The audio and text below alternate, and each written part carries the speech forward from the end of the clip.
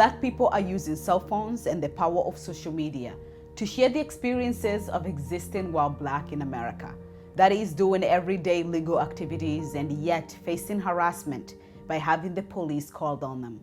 And regardless of the ubiquity of such reported cases, living while Black is not a new social phenomenon, but a way of life for Black people, dating back in history from slavery, slave patrols, lynching, Jim Crow laws, to today, social profiling in the form of white-collar crime. White-collar crime, a term coined by Michael Harriot, who wrote, "White-collar crime, the worst white people police calls of all time." As published under the Michigan Journal of Race and Law, white-collar crime is racialized police communication.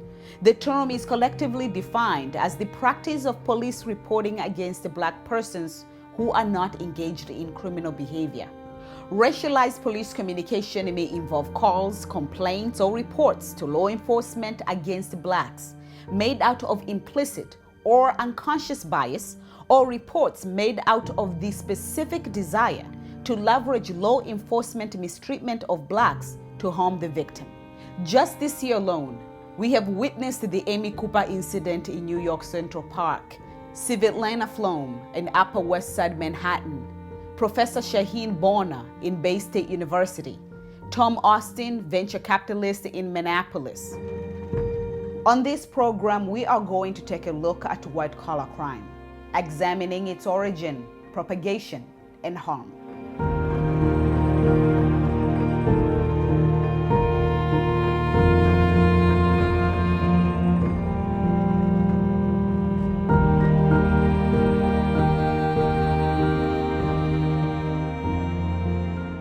My curiosity about white-collar crime took me to the backyard of Dr. Ahmed Abdal, the founder and director of Bridgewater State University Educational Neuroscience Applications, to learn about how the brain discriminates.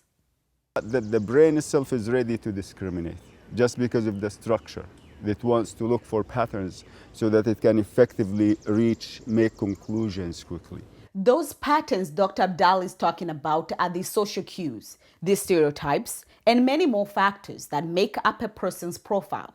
Dr. Abdal says we learn those patterns from a very young age, and our generalization of those patterns is tainted.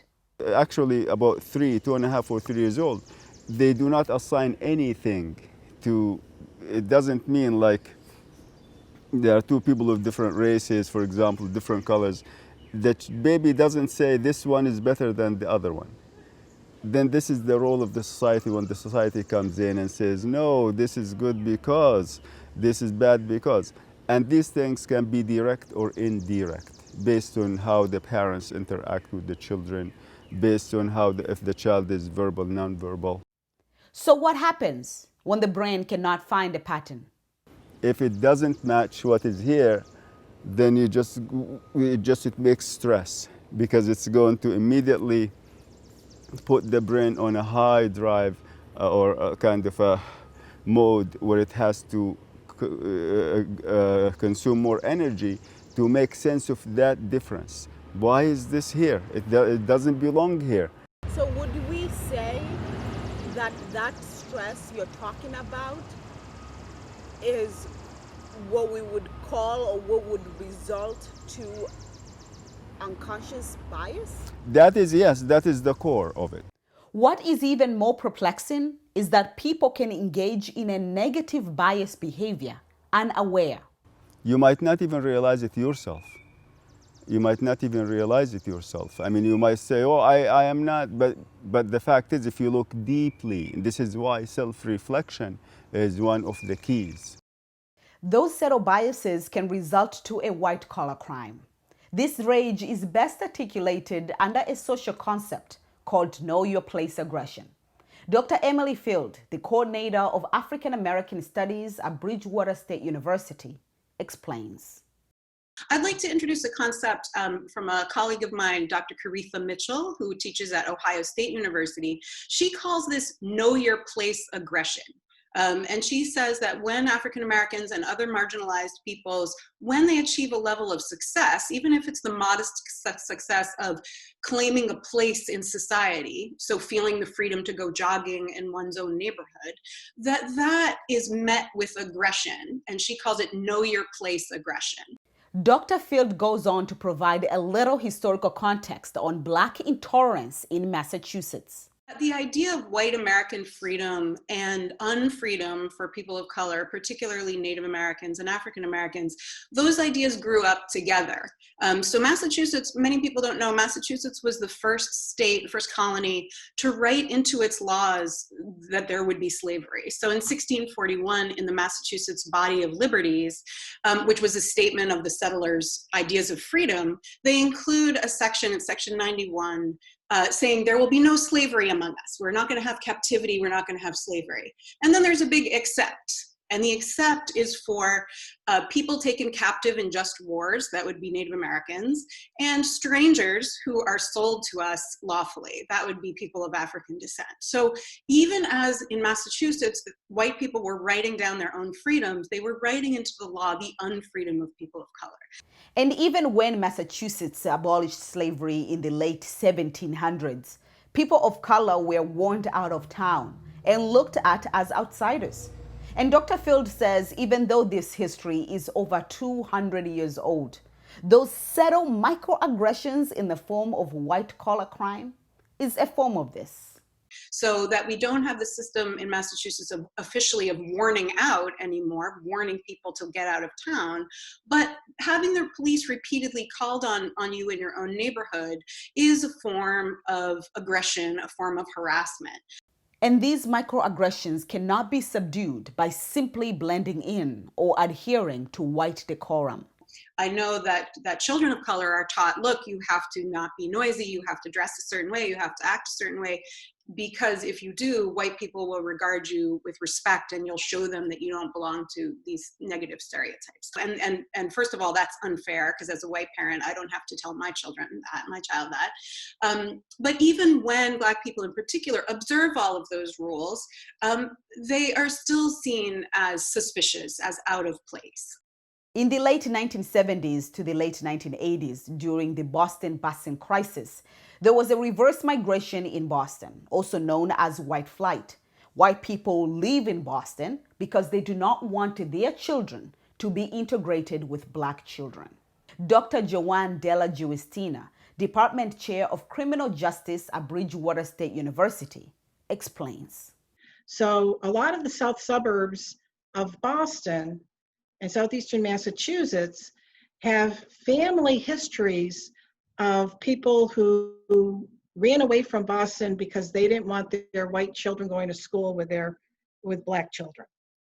And so even if so again, it's that culture, and there's that fear, that goes back, to the parents and grandparents of people who are living in that part of Massachusetts. The lack of diversity within white communities is conducive to racial bias. Let's take a look at the town of Sharon for an example, a suburb south of Boston. Sharon is 77% white, 16.4% Asians, 4.4% Hispanic or Latinx, and about 2.8% Black people. From what had transpired in Minneapolis with the killing of George Floyd in the custody of Minneapolis police officers and the Black Lives Matter protests across the country, Chief John Ford of Sharon Police Department says he has been learning a lot from his minority residents. There are issues that they have that I wasn't even aware of. I think we haven't done a good job of listening to our minority in this community. And it's not that we wouldn't, but I don't think we've precipitated the connection. We haven't gone out and asked, you know what? And sometimes that's all that you need to hear, because opening that floodgate already in this last week, the thing on Facebook, I've got people now coming in tomorrow with an 8-year-old kid who's Black, and his father said he's terrified because of the events and with police department. Can he come in and do a tour? I said, absolutely. There's another one that responded about her autistic son, and we have an autism program that we've connected, officers certified, and there's another opportunity. So those opportunities exist, and that totally excites me. To understand white-collar crime, we have to take a look at the history of policing in our country. Beginnings of policing were centered in the slave patrols during the institution of slavery. And it was designed to both catch runaway slaves and to police slaves who possibly would revolt and leave the slavery. And that was where policing began. So, and then after the Civil War, we started going through Reconstruction, and policing often, now a lot of people tend to think about it only in the South, which is where it was centered, but it actually came all the way up to Massachusetts. So during Reconstruction, the policing were still trying to control former slaves. And then we get into Jim Crow, which it continues on that way. So the institution of policing is structural and institutional. So that's where, and culture comes from the institutions when they're embedded in that way. So you have, 150, 175, 200 years of an institution that, even though it's gone through different changes, sort of continued in the same way, and the culture continues. WGBH reported this year that according to the data collected by the Boston Police Department, 70% of people stopped by the Boston police officers last year were Black people, even though Black residents make up less than 1/4 of the city's population. The data also went on and said, while Black residents were stopped at a highly disappropriate rate, they were less likely to be issued a formal summons or citation by the Boston police. Even today, policing in general is about social control. And it's people of color, and especially young Black men, who are the recipients of the worst examples of that. So what role do the institution in the history of policing play in racialized police communication or existing while Black? Well, given the history between police and Black people, some white people are harnessing that fragile relationship to express their own biases against Black people. We are taught from a young age that every place is our place, and that we are allowed to kind of move around in a neutral way that everyone should respect. The idea of white people feeling that it is our responsibility and our right to regulate, to police the bodies of people of color and their movements in space. There's a long history of that. It's written into the laws in places like South Carolina and the South Carolina Slave Code in 1740, the idea that any person of color on the street will be assumed to be enslaved, and any enslaved person can be interrogated on the street by any white person. And that if the person of color in question, refuses to be interrogated, they can be killed on the spot. That's basically what happened to Ahmaud Arbery. So again, I'm reaching back into so-called ancient history, but there's a very straight line in time through to today, and many examples in between of the same kind of violence. And that was in South Carolina, which is just next door to Georgia, where Ahmaud Arbery was killed. And again, if you do the thought experiment of someone who looked like me being in these positions, it's very hard to imagine. And as a white person in middle age, that has literally never happened to me. Because this is a race issue, Dr. Field says white people are mostly shielded from it. Take my post on Facebook under a Wayham Facebook-related page, asking Black people who have ever experienced white-collar crime to reach out to me for this program. Most of the white residents who commented under my post were very defensive, adamant that I am inciting a problem that does not exist. So it is not just a coincidence. And I think that white people often are shielded from these realities. So I often have the experience in my classes in which white students hear for the first time, because a lot of white people live very segregated lives. We live lives in which we do not have to really hear and listen to the realities of people of color.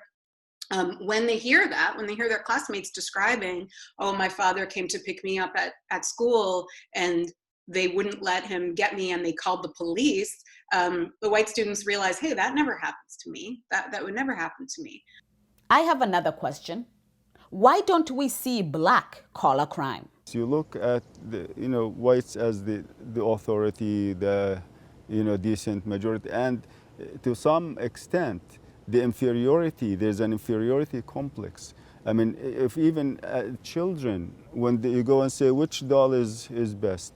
Dr. Abdal is talking about the groundbreaking experiment, the white and black doll experiment of the 1940s by Kenneth and Mamie Clark, that looked at how segregation affected black children. The experiment was commissioned again in 2010 by CNN under the renowned child psychologist Dr. Margaret Spencer. The white one. And these kids are black. Which doll is bad? The black one. Which is evil? The black. Which, and then why? Because some kids will say, because this is black and this is white. So, and they say to the child, in one of the videos of the experiment, you say to the child, so which one looks like you? And you see the shame on the children's faces, this one, and just the face. I mean, some of these experiments is just, you feel so bad for the child. Decades since the initial experiment in the 1940s, the results still found that white children as a whole responded with a high rate of what researchers called white bias, identifying the color of their own skin with positive attributes and darker skin with negative attributes, revealing a notion that white is the norm and black is wrong. And that is where the person has the sense of inferiority, and yeah, the whites are, everything is great, but we, you would accept, a lot of stuff that would happen. And sometimes you blame themselves and they blame their own race and loathe their own race. And that is, again, because of the pressure that comes from the oppressing group. So where is the harm in white collar crime?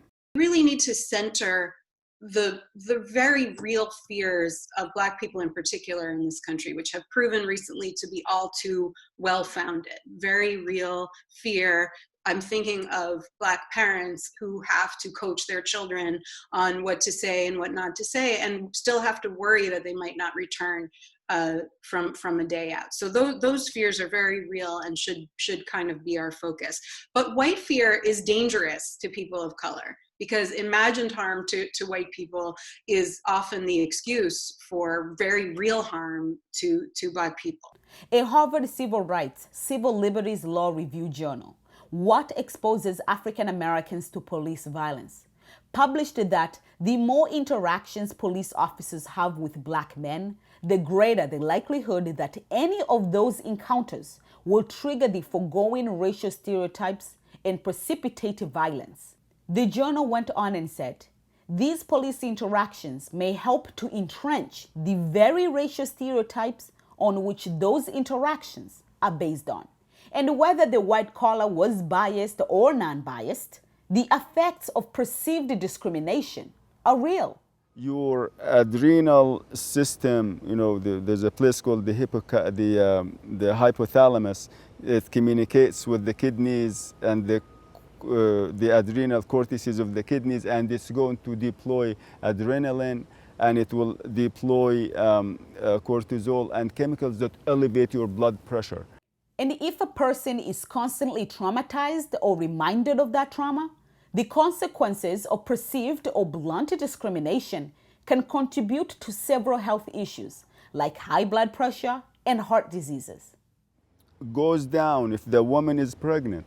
That will go down to the child, to the fetus, and the baby is born 6 weeks or 8 weeks later. That baby has an elevated cortisol level and reactivity. They can't be soothed easily. They're crying. They just are agitated, and that will just a new baby coming to life with a set of problems because of discrimination. To be clear, I'm not saying that white people should not call the police or do not have the right to call the police. In a sense, anybody has a right if they feel like they're being threatened in a certain way. I think the problem becomes, why do they feel threatened? And although white emotions may be real, they have to be put in a cultural context to determine their essence. I do think that the feelings are there and they're real, but they have to be read historically. They have to be read as in cultural context that's about how Blackness and whiteness have been constructed in this country. And the second thing I would say is that those kinds of fears, like we saw in the Amy Cooper case, are often more about the loss, the fear of loss of power and privilege, rather than actual fear for physical safety. It's very hard for me to believe that Amy Cooper really thought that this man with binoculars in Central Park, carrying his only weapon was dog treats, that he feeds to dog walkers to get them to leash their dogs. Did she really believe he was attacking her? Did she really believe he would attack her dog, who she was yanking around in the video? It's very hard to believe that. And yet she made sense of it, of her fear of losing the privilege of doing what she wanted, which was to walk her dog without a leash. She used that fear in order to kind of control him, and it became a racialized fear for her. So the feelings are real, but they need to be seen in context, and they need to be seen for what they are, which is less legitimate than the fears of Black people of being constantly harassed and sometimes killed for no reason. Besides, we need to know that racism isn't only limited to the use of the N-word or committing violent crimes on Black people. We think of racism in a way as if you are a racist or not a racist. And that is kind of a flawed construct. First of all of us are, especially white people, are racist. We grow up in a racist country. We are taught racist ideas. We are taught that it is polite not to recognize race. We're taught colorblindness, but colorblindness actually erases the experiences and the realities of people of color, so that when people of color mention race, all of a sudden white people say, wait, you're the one talking about race, you're being racist. So that's one thing. Racist actions can be performed by people who may otherwise seem like good people, and I don't think that this idea of you're either a racist or not a racist is very helpful. We all of us have imbibed racist ideas from our culture that we're part of and from our history, and we act on those. The base of white-collar crime is prejudice. The police are used as the means to exercise that prejudice. And this is why Chief Ford says police officers have to be mindful of the so-called suspicious calls. You can't think things anymore as if it's just oblivious to race. You have to think the sheer fact that stopping these individuals, their perception right out of the gate is that they were being called on because they were Black. Now, whether or not that's the reality or not the reality, the perception to those individuals certainly does not need to have that endorsement unnecessarily. You've got to be sensitive to that. So you need to change the way you conceive that. If there was something else that generated more suspicious nature to it, then you're going to do what you have to do as a police officer. Trying to understand what good policing is, I visited Bridgewater State University and sat down with Dr. Michael DeValve to talk about semiology, the study of social harm, focusing on defining the policies to address the harm from its origin to its end. When we call the police, what are we seeking? So the place to begin with policing is maybe not even policing, right? We have to think about ideas that are at the core of who we are as people and how we relate to each other. Dr. DeValve has spent his career researching and writing about peacemaking criminology. In his book, A Different Justice, he argues that love and justice are the same, although greed and oppression have made the two words function as a dichotomy. I define love then as the art-like, meaning it's like an art-like, individualized, unconditional, aware, and endless praxis, whereby a human or organization mindfully, assertively, and continuously labors for the actualization of another human being as an end in herself, without thought of return, without reliance upon authority, without fear or possibility of cessation. That is love. That's love.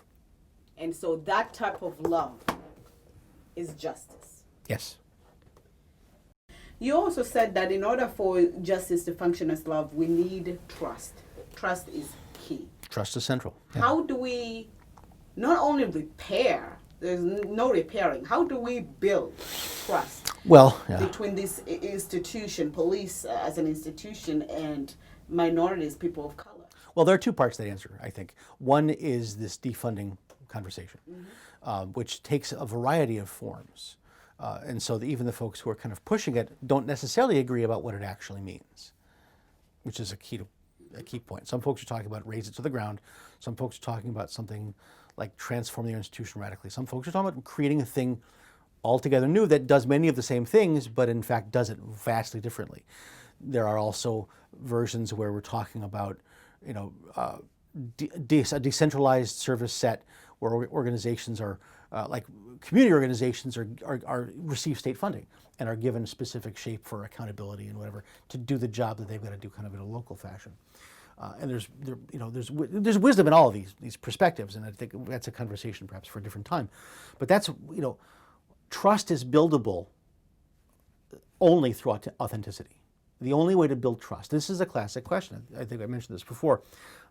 For years, there's been a conversation in police literature, academic literature, about something called police legitimacy. What can we do to achieve police legitimacy? Effectively, a thing that you can try to achieve. Well, in this case, wisdom of the Buddha, Krishnamurti, or whomever you prefer, is directly relevant, right? Krishnamurti talks about education. How do I become wise? How do I become? You just do it. How do I get out of this chair? He says, talking to students. He says, well, that's like asking, how do I leave this room? Tell me the process I must use to leave the room. And Krishnamurti, you can hear him almost kind of blinking, like, then leave the room. Simply be legitimate. In order for policing to be effective, it needs to be unique. In the interest of authenticity, policing has to be inherently local. It has to be a localized, particularized service. The pain of a community is known well by the police, and they should be wedded to dealing with that pain as it confronts them. At bottom, invariably, the best practice is not to seek best practices, but to invent them according to need on the ground in the moment as you authentically connect with a hurting that's there. That's what policing should be. To understand that pain, police officers need to be mindful of the history associated with their uniform. Think beyond that. Think the next step. Think the third or fourth step down the road of the implications of your engagement because you wear a uniform and you have a history in that uniform of being racially disgusting, quite frankly. And you carry that burden, you carry that cross with you when you wear the uniform and the badge, but you also have a wonderful opportunity to change things by maybe not engaging. When you look like an oppressor and people respond to you in that sense, you have to own it, whether you represent it or not. Right? And you have a concrete duty to work in every way possible to help transform the harm done by others who look like you into healing. What do you think policing should look like? I would like to think it should look like what we're doing here. The last 3 years, first of all, mission statements. I'm going to go off on some mission statements now. Police departments have these mission statements, or any business has these mission statements. Ask people in your business to tell you what that mission statement is. When I first became chief, I was at roll call, and I turned to the guy and said, all right, there was a mission statement. Right? Fine, I took it down. I said, you give me one line in that mission statement, I'll let you go home today. No one could do it. They couldn't do it. It's been up there for years. So what the heck is the point of a mission statement if you don't know what your mission is? So one of the things that the deputy and I specifically did was to pare down the elements that we think are really important. Now, I don't know for sure if they were the most important, but they're the ones that came to my heart. And one was, number one, building trust with the community.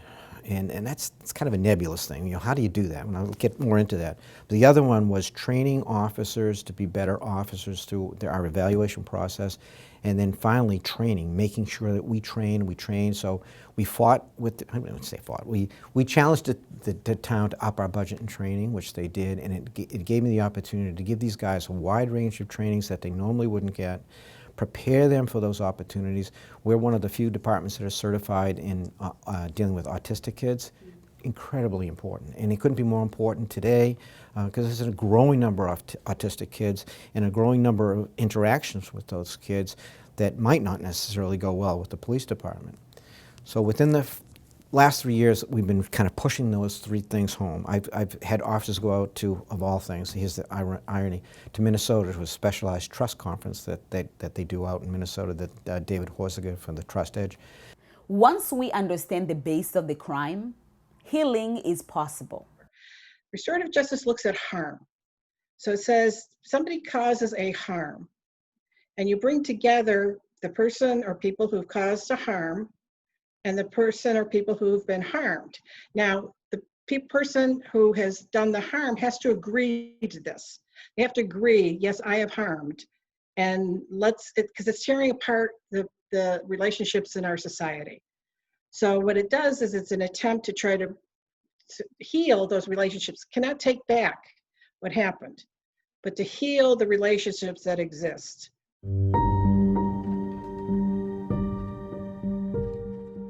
The road ahead is long and arduous, but through truth and reconciliation, we can trigger true societal reform. We in America, this is not about policing, this is about race. And we could have, to my personal view is that we need at least two. Right now we need to have one about the Black American community. And by what I mean is something like a Truth and Reconciliation project. A national scale truth and reconciliation where we talk about the harms done. So it can be transformed. All harms can be transformed. And after truth and reconciliation, what's next? I don't know. And I don't know because we can't know. And because it depends upon what we need. Need must guide. You know, I think the good of all this horrendous stuff that's taking place is opening up that dialogue. What's going to be particularly difficult is learning how to open that dialogue up in a fashion that actually brings the true change in people's hearts and not more divisiveness. And you see it on Facebook, you see it on social media. You know, it's easy for the hue and cry to make a statement, but it's harder to get beyond that statement. What do we do next? And we're all in that place right now. What do we do next? Okay, we all know it's a problem. We all understand it. What do we do next? Everyone has a role to play. I think white people need to take a special responsibility for this. I remember I was teaching in an African American studies class. I was teaching about the history of slavery, and a student said, wait a minute, this isn't Black history. This is white history. This is white American history of what white people did. And that's very true. And it's still very true that racism is practiced in systemic and in individual ways in our culture, and that we need to work to undo that and to do things in a different way. And to that list, add this simple exercise to help you connect to the reason behind your thought. We say, you know, when you put your head on the pillow, just reflect for a few minutes.